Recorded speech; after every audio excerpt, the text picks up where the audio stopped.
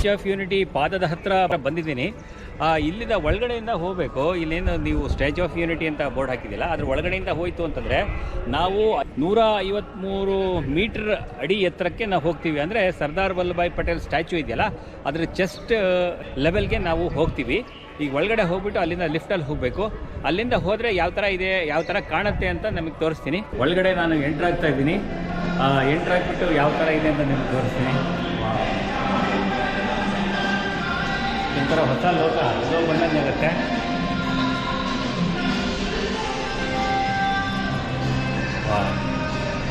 ನಾವು ಎಂಟ್ರ್ ಆಗ್ತಿದ್ದಂಗೆ ಸರ್ದಾರ್ ಪಟೇಲ್ರ ಮುಖದ ಮಾದರಿ ನಾವು ಗಮನಿಸಬಹುದು. ಇದೊಂಥರ ಹೊಸ ಲೋಕ ಅನಿಸುತ್ತೆ. ಈ ಸ್ಟ್ಯಾಚ್ಯೂ ಏನಿದೆ, ಸ್ಟ್ಯಾಚ್ಯೂ ಕೆಳಗಡೆ ನಾವಿದ್ದೀವಿ, ಇದ್ರ ಮೇಲ್ಗಡೆ ಸ್ಟ್ಯಾಚ್ಯೂ ಇರೋದು. ಎಂಟ್ರ್ ಆಗ್ತಿದ್ದಾಗೆ ಪಟೇಲ್ರ ಮುಖದ ಮಾದರಿಯನ್ನು ಇಲ್ಲಿ ಇಟ್ಟಿದ್ದಾರೆ, ಅದನ್ನು ನಾವು ನೋಡ್ಬೋದು.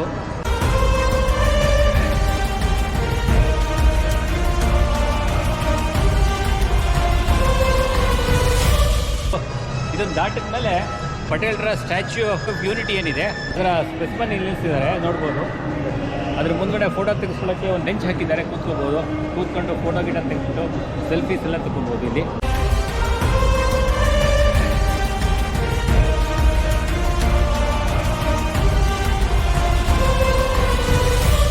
ಸ್ಟ್ಯಾಚ್ಯೂ ಆಫ್ ಯೂನಿಟಿ ಸ್ಪೆಸಿಫನ್ ಇದೆಯಲ್ಲ, ಅದರಿಂದ ಒಳಗಡೆ ಹೋಯಿತು ಅಂತಂದರೆ ಈ ರೀತಿ ಕಾಣುತ್ತೆ. ನೀವು ನೋಡ್ಬೋದು, ಬ್ಯೂಟಿಫುಲ್ ಆಗಿದೆ. ಇದು ಯಾವುದೋ ಒಂದು ಹೊಸ ಲೋಕಕ್ಕೆ ಹೋದಂಗಾಗತ್ತೆ, ಅಷ್ಟು ಸೊಗಸಾಗಿದೆ ಇದು. ಎಂಟ್ರಾಗಿ ಒಳಗಡೆ ಹೋಗ್ತಿದ್ದಂಗೆ ಒಂದು ಥಿಯೇಟ್ರ್ ಇದೆ, ಅಲ್ಲಿ ಒಳಗಡೆ ಹೋದರೆ ಅದು ಏನಿದೆ ಅಂತ ನಾನು ನಿಮಗೆ ತೋರಿಸ್ತೀನಿ. ಇದು ಈ ಥರ ಇರುತ್ತೆ. ಇಲ್ಲೆಲ್ಲ ಸಿಟ್ಟಿಂಗ್ ಇದೆ, ಕೂತ್ಕೊಂಡು ವೀಕ್ಷಣೆಗಳು ಮಾಡ್ಬೋದು. ಈ ಕಡೆ ಒಂದು ಡಿಸ್ಪ್ಲೇ ಹಾಕಿದ್ದಾರೆ, ಸರ್ದಾರ್ ವಲ್ಲಭಾಯ್ ಪಟೇಲ್ ಅವರ ಸ್ಟ್ಯಾಚ್ಯೂ ಆಫ್ ಯೂನಿಟಿ ಯಾವ ಥರ ಕನ್ಸ್ಟ್ರಕ್ಷನ್ ಆಯಿತು, ಕನ್ಸ್ಟ್ರಕ್ಷನ್ ಹಂತ ಹಂತವಾಗಿ ಇಲ್ಲಿ ನೋಡ್ಬೋದು. ಮತ್ತು ಪಟೇಲ್ರ ಅಪರೂಪದ ಫೋಟೋಗಳನ್ನ ಕೂಡ ಇಲ್ಲಿ ಗಮನಿಸ್ಬೋದು. ಇದೊಂದು ಡಿಸ್ಪ್ಲೇ ಹಾಕಿದ್ದಾರೆ. ಆಮೇಲೆ ಸ್ಟ್ಯಾಚ್ಯೂ ಆಫ್ ಯೂನಿಟಿ ಹಿಂದೆ ನೋಡ್ತಾ ಇದ್ದೀರಾ, ಪ್ರಪಂಚದ ಎತ್ತರದ ಸ್ಟ್ಯಾಚ್ಯೂ ಅಂದರೆ ಇದೆ. ಮತ್ತು ಯಾವ ಕಂಪ್ಯಾರಿಸನ್ ಯಾವುದಿದೆ, ಸ್ಟ್ಯಾಚ್ಯೂ ಆಫ್ ಲಿಬರ್ಟಿ ಇದೆಯಲ್ಲ ಅಮೇರಿಕಾದಲ್ಲಿ, ಅದಕ್ಕೆ 2 ಪಟ್ಟು ಎತ್ತರವಾಗಿದೆ ಇದು ನಮ್ಮ ಸರ್ದಾರ್ ವಲ್ಲಭಾಯ್ ಪಟೇಲ್ ಅವರ ಸ್ಟ್ಯಾಚ್ಯೂ ಆಫ್ ಯೂನಿಟಿ.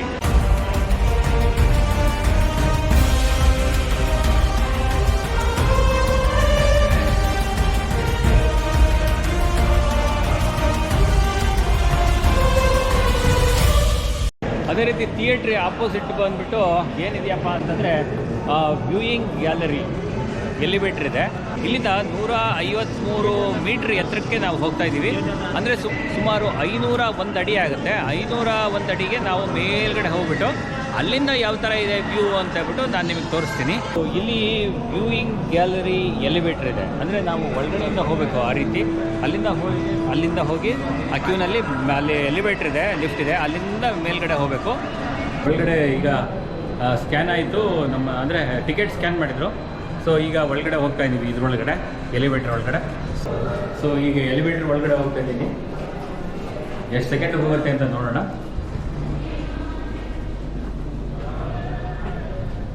ಸೊ ಎಲಿವೇಟ್ರ್ ಒಳಗಡೆ ಬಂದಾಯಿತು.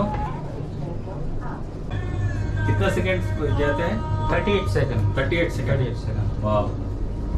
153 ಮೀಟರ್ನ ಕೇವಲ 38 ಸೆಕೆಂಡಲ್ಲಿ ಕ್ರಮಿಸುತ್ತೆ ನೋಡಿ. 38 ಸೆಕೆಂಡ್ ಆಯಿತು. 38 ಸೆಕೆಂಡ್ಗೆ ನಾವು ಬಂದೇ ಬಿಟ್ವಿ. ಎಷ್ಟು ಫಾಸ್ಟ್ ಇರ್ಬೋದು ಎಲಿವೇಟ್ರು ಅಂತ ಹೇಳ್ಬಿಟ್ಟು ಇಮ್ಯಾಜಿನ್ ಮಾಡ್ಕೊಳಕ್ಕಾಗಲ್ಲ. ಸೊ 153ನೇ ಮೀಟ್ರಲ್ಲಿ ನಾನೀಗಿದ್ದೀನಿ. ಇಲ್ಲಿಂದ ವ್ಯೂ ನೋಡ್ಬೋದು, ಆ ಕಡೆ ಎಲ್ಲ ನೋಡ್ಬೋದು. ಅದು ಇಲ್ಲಿಂದ ನೋಡ್ತು ಅಂದರೆ ಯಾವ ರೀತಿ ಕಾಣುತ್ತೆ ಅನ್ನೋದನ್ನು ನಾನು ನಿಮಗೆ ತೋರಿಸ್ತೀನಿ, ಬನ್ನಿ. ಕೇವಲ 38 ಸೆಕೆಂಡಲ್ಲಿ ಬಂದ್ವಿ. ಇಮ್ಯಾಜಿನ್ ಮಾಡ್ಕೊಳ್ಳೋಕ್ಕೆ ಆಗಲ್ಲ, ಅಷ್ಟು ಫಾಸ್ಟ್ ಇದೆ ಎಲಿವೇಟ್ರ್ ಇದು.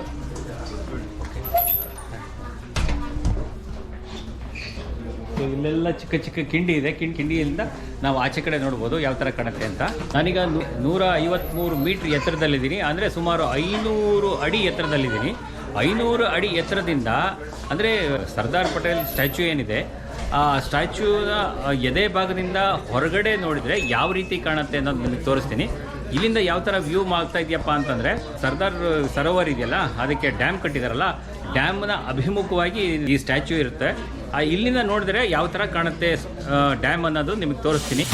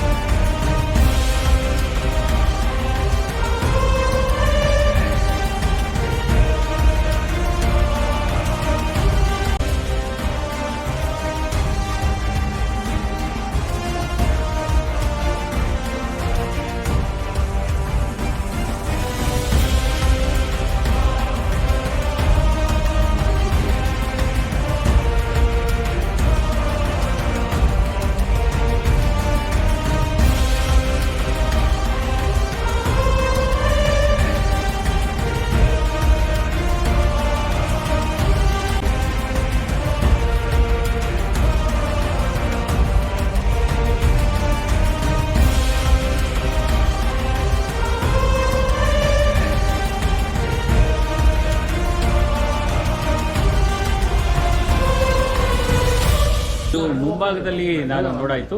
ಈಗ ಹಿಂಭಾಗದಲ್ಲಿ ಯಾವ ಥರ ಕಾಣುತ್ತೆ ಅನ್ನೋದನ್ನು ನಿಮಗೆ ತೋರಿಸ್ತೀನಿ. ಈಗ ನಾವು ನೋಡಿದ್ದು ಎದೆಯ ಭಾಗ. ನಾವು ಬೆನ್ನ ಭಾಗದಲ್ಲಿ ಯಾವ ಥರ ಕಾಣುತ್ತೆ ಅಂತ ನಾನು ನಿಮಗೆ ತೋರಿಸ್ತೀನಿ. ಇದು ಬೆನ್ನಿನ ಭಾಗ. ಇಲ್ಲಿಂದ ಯಾವ ಥರ ಕಾಣುತ್ತೆ ಅಂತ ನಾನು ತೋರಿಸ್ತೀನಿ. ಆದರೆ ಗ್ಲಾಸ್ ಹಾಕಿಬಿಟ್ಟಿದ್ದಾರೆ, ಹಾಗಾಗಿ ನೀಟಾಗಿ ತೋರ್ಸೋಕ್ಕಾಗಲ್ಲ. ಆದರೂ ಸಹ ತೋರಿಸೋ ಪ್ರಯತ್ನ ಮಾಡ್ತೀನಿ, ನೋಡ್ಬೋದು.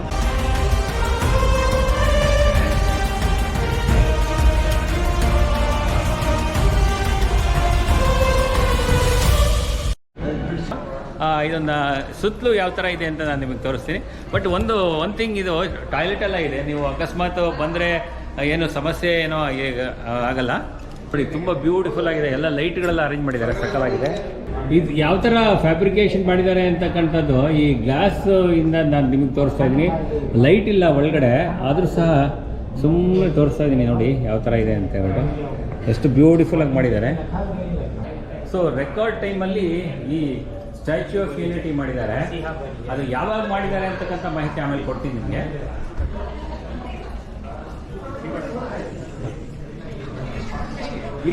ಸೊ ಈ ರೀತಿ 2 ಲಿಫ್ಟ್ ಇದೆ. ಸೊ ಇಲ್ಲೊಂದು ಲಿಫ್ಟ್ ಇದೆ ಮತ್ತು ಇಲ್ಲೊಂದು ಲಿಫ್ಟ್ ಇದೆ. 2 ಲಿಫ್ಟ್ ಇದೆ. ಸೊ ಹೋಗೋದಕ್ಕೊಂದು ಲಿಫ್ಟು, ಬರೋದಕ್ಕೊಂದು ಲಿಫ್ಟು. ಇವಾಗ ಇಳಿದು ನಾನು ಹೋಗ್ತಾ ಇದ್ದೀನಿ. ಈಗ ಲಿಫ್ಟ್ ಒಳಗಡೆ ಹೋಗ್ತಾ ಇದ್ದೀನಿ. कितना सेकंड में जाता है? 38 सेकंड. हाँ, ಮೇಲೆ ಹತ್ತೋದು 38 ಸೆಕೆಂಡು, ಇಳಿಯೋದು 38 ಸೆಕೆಂಡು. Thank you.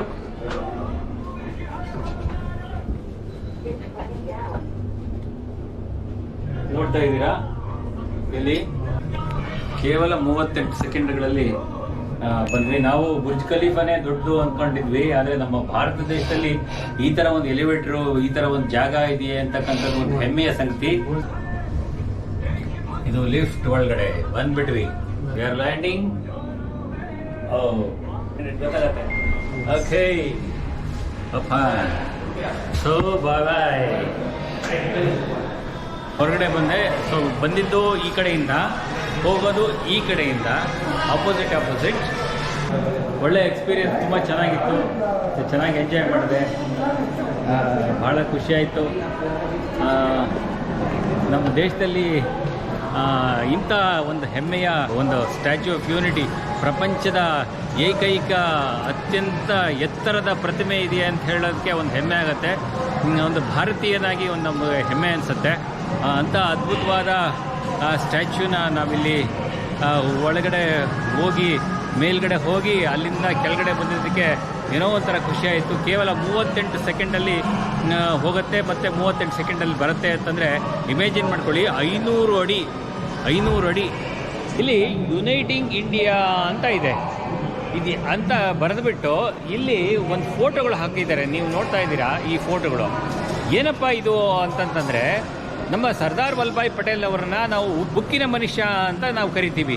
ಯಾಕಪ್ಪ ಅಂದರೆ 1947ರಲ್ಲಿ ಸ್ವತಂತ್ರ ಬಂದ ಸಂದರ್ಭದಲ್ಲಿ 560ಕ್ಕೂ ಹೆಚ್ಚು ರಾಜ ಮನೆತನದವರು ಈ ಪ್ರದೇಶವನ್ನು, ನಮ್ಮ ಭಾರತ ದೇಶವನ್ನು ಆಳ್ತಾ ಇದ್ರು.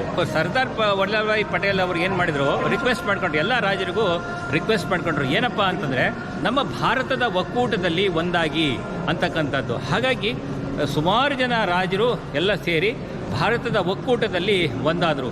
ಹಾಗಾಗಿ ಭಾರತದ ಉಕ್ಕಿನ ಮನುಷ್ಯ ಅಂತಕ್ಕಂಥದ್ದು ಯಾರಾದರೂ ಕರೀತಾ ಅಂದರೆ, ಐರನ್ ಮ್ಯಾನ್ ಅಂತ ಕರೆಯೋರು ಯಾರು ಇತ್ತು ಅಂತಂದರೆ ಅದು ಸರ್ದಾರ್ ವಲ್ಲಭಾಯ್ ಪಟೇಲ್ ಅವರು. ಅಂದರೆ ನಿಮಗೆ ಗೊತ್ತಿರ್ಬೋದು, ಹೈದರಾಬಾದ್ ನಿಜಾಮ ಭಾರತದ ಒಕ್ಕೂಟದ ವ್ಯವಸ್ಥೆಗೆ ಬರಲಿಕ್ಕೆ ಒಪ್ಪಲಿಲ್ಲ. ಆನಂತರ ಏನು ಮಾಡಿದ್ರು, ಅಂಬೇಡ್ಕರ್ ಮತ್ತು ಸರ್ದಾರ್ ವಲ್ಲಭಾಯ್ ಪಟೇಲ್ ಅವರು ಸೇರಿಕೊಂಡು ನೆಹರು ಅವರ ಗಮನಕ್ಕೆ ಬರದೆ ಅವರೇನು ಮಾಡಿದ್ರು ಅಂತಂದರೆ ಹೈದರಾಬಾದಿಗೆ ಸೈನ್ಯವನ್ನು ನುಗ್ಗಿಸ್ತಾರೆ. ಆ ಸಂದರ್ಭದಲ್ಲಿ ಹೈದರಾಬಾದ್ ನಿಜಾಮ ಅವನು ಸರೆಂಡರ್ ಆಗಿಬಿಟ್ಟು ಭಾರತದ ಒಕ್ಕೂಟಕ್ಕೆ ಸೇರ್ಕೋತಾನೆ. ಈ ರೀತಿ ನಮ್ಮ ಸರ್ದಾರ್ ವಲ್ಲಭಾಯ್ ಪಟೇಲ್ ಅವರನ್ನು ಉಕ್ಕಿನ ಮನುಷ್ಯ ಅಂತ ಕರೆಯಲಾಗುತ್ತೆ. ಭಾರತವನ್ನು ಒಂದು ಒಕ್ಕೂಟದ ವ್ಯವಸ್ಥೆಯನ್ನು ತಂದ ಕೀರ್ತಿ ಸರ್ದಾರ್ ವಲ್ಲಭಾಯ್ ಪಟೇಲ್ ಅವರಿಗೆ ಸಲ್ಲತ್ತೆ. ಹಾಗಾಗಿ ಅವರಿಗೊಂದು ಗೌರವ ಸೂಚಕವಾಗಿ ಈ ಸ್ಟ್ಯಾಚ್ಯೂ ಆಫ್ ಯೂನಿಟಿಯನ್ನು ನಿರ್ಮಾಣ ಮಾಡಿದ್ದಾರೆ.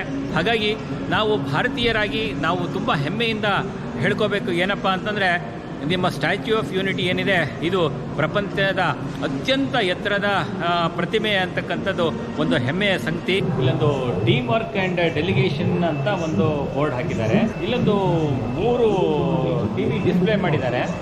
ಇಲ್ಲೂ ಕೂಡ ಸರ್ದಾರ್ ವಲ್ಲಭಾಯ್ ಪಟೇಲ್ ಅವರು ಯಾವ ರೀತಿ ರಾಜರನ್ನೆಲ್ಲ ಪತ್ರ ಬರೆದು ರಾಜರನ್ನೆಲ್ಲ ಒಕ್ಕೂಟ ವ್ಯವಸ್ಥೆಗೆ ಸೇರಿಸ್ಕೊಂಡ್ರು ಅಂತಕ್ಕಂಥ ಮಾಹಿತಿನ ಇವರು ಕೊಟ್ಟಿದ್ದಾರೆ. ಇಲ್ಲಿ ವಿವಿಧ ಮಾದರಿಯ ಪಕ್ಷಿಗಳು, ಚಿಟ್ಟೆಗಳು, ಪ್ರಾಣಿಗಳು ಎಲ್ಲ ತೋರಿಸ್ತಾ ಇದ್ದಾರೆ. ಡಿಸ್ಪ್ಲೇ ಇದೆ.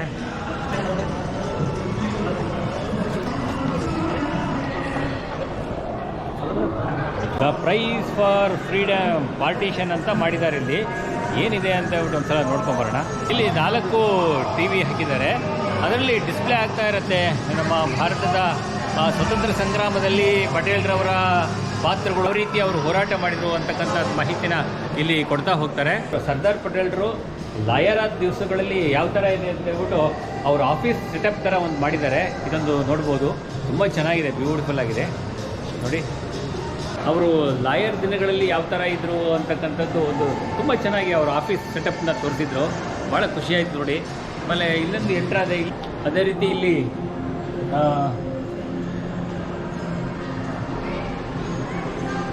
ಸರ್ದಾರ್ ಪಟೇಲ್ರ ಕುರಿತಂತಹ ಏನಿದೆ ಇಲ್ಲಿ ಅದೆಲ್ಲ ಮಾಹಿತಿಗಳನ್ನು ಇಲ್ಲಿ ಸಿಗುತ್ತೆ. ಸೊ ಅದನ್ನು ನೋಡ್ತಾ ಹೋಗ್ಬೋದು. ನಾವು ಒಂದು ಕ್ಲಿಕ್ ಮಾಡ್ತಾ ಹೊಡ್ತಂಗೆ ಅವ್ರ ಬಗ್ಗೆ ಮಾಹಿತಿಗಳೆಲ್ಲ ಕೊಡ್ತಾ ಹೋಗುತ್ತೆ. ಸ್ಟ್ರಗಲ್ ಎಗೇನೆಸ್ಟ್ ಬ್ರಿಟಿಷ್ ಅಂತ ಹೇಳಿಬಿಟ್ಟು ಅಲ್ಲೇ ಅವರ ಬ್ರಿಟಿಷರ ವಿರುದ್ಧ ಹೋರಾಟದ ಹಾದಿಗಳ ಬಗ್ಗೆ ಕೂಡ ಈ ಸ್ಥಳದಲ್ಲಿ ವಿವರಿಸಲಾಗಿದೆ. ಇಲ್ಲಿ ಸತ್ಯಾಗ್ರಹ ಏನು ಅಂತಕ್ಕಂಥ ಒಂದು ಪ್ರಶ್ನಾರ್ಥಕ ಚಿಹ್ನೆ ಹಾಕಿ ಇಲ್ಲೊಂದು ಬೋರ್ಡ್ ಹಾಕಿದ್ದಾರೆ. ಈ ರೀತಿ ಡಿಫ್ರೆಂಟ್ ಆ್ಯಂಗಲಲ್ಲಿ ತುಂಬ ಚೆನ್ನಾಗಿ ಸರ್ದಾರರ ಕುರಿತಂತೆ ಮಾಹಿತಿಗಳನ್ನ ನೀಡ್ತಾ ಹೋಗ್ತಾರೆ. ಸುಮಾರು ಇದೆಲ್ಲ ಸುತ್ತ ಹಾಕೋದಕ್ಕೆ ಥಿಯೇಟ್ರಲ್ಲಿ ಹೋಗಿ ನೋಡ್ತೀನಿ ಅಂತಂತಂದರೆ ಈ ಒಳಗಡೆ ನಾವು ಒಳಗಡೆ ಬಂದ ಸಂದರ್ಭದಲ್ಲಿ 1 ರಿಂದ 1.5 ತಾಸು ಖಂಡಿತ ಬೇಕಾಗುತ್ತೆ. ಇಲ್ಲಿನ ಗೋಡೆ ಮತ್ತು ಬಾಗಿಲು ಥರ ಮಾಡಿದ್ದಾರೆ, ಅದು ಚೆನ್ನಾಗಿ ಮಾಡಿದ್ದಾರೆ. ಬಟ್ ಆರ್ಟಿಫಿಷಿಯಲ್ ಆಗಿ ಮಾಡಿದ್ದಾರೆ, ಬಟ್ ನೈಜತೆಗೆ ಹತ್ತಿರವಾಗಿರ್ತಕ್ಕಂಥದ್ದು ನಾವು ಕಾಣಬಹುದು.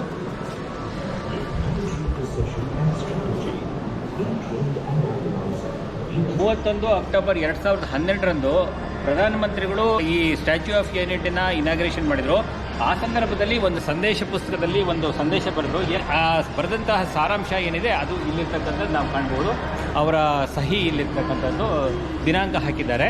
ಒಟ್ಟಲ್ಲಿ ಸರ್ದಾರ್ ವಲ್ಲಭಾಯ್ ಪಟೇಲ್ ಅವರ ನಡೆದು ಬಂದಂಥ ಹಾದಿಯ ಬಗ್ಗೆ ಅತ್ಯಂತ ಮನೋಜ್ಞವಾಗಿ ಮತ್ತೆ ವಿವರವಾಗಿ ಪ್ರತಿಯೊಂದು ಡಿಸ್ಪ್ಲೇನಲ್ಲೂ ಕೂಡ ವಿವರಿಸಿದ್ದಾರೆ. ಒಳಗಡೆ ಎಲ್ಲ ನೋಡಿಕೊಂಡು ಆಚೆ ಕಡೆ ಬಂದ್ಬಿಟ್ಟು ಈಗ ಮೇಲ್ಗಡೆ ಹೋಗಿ ಯಾವ ರೀತಿ ಕಾಣುತ್ತೆ ಸರ್ದಾರ್ ವಲ್ಲಭಾಯ್ ಪಟೇಲ್ ಅವರ ಪಾದದಿಂದ ಯಾವ ರೀತಿ ಕಾಣುತ್ತೆ ಅಂತ ನಿಮಗೆ ತೋರಿಸ್ತೀನಿ.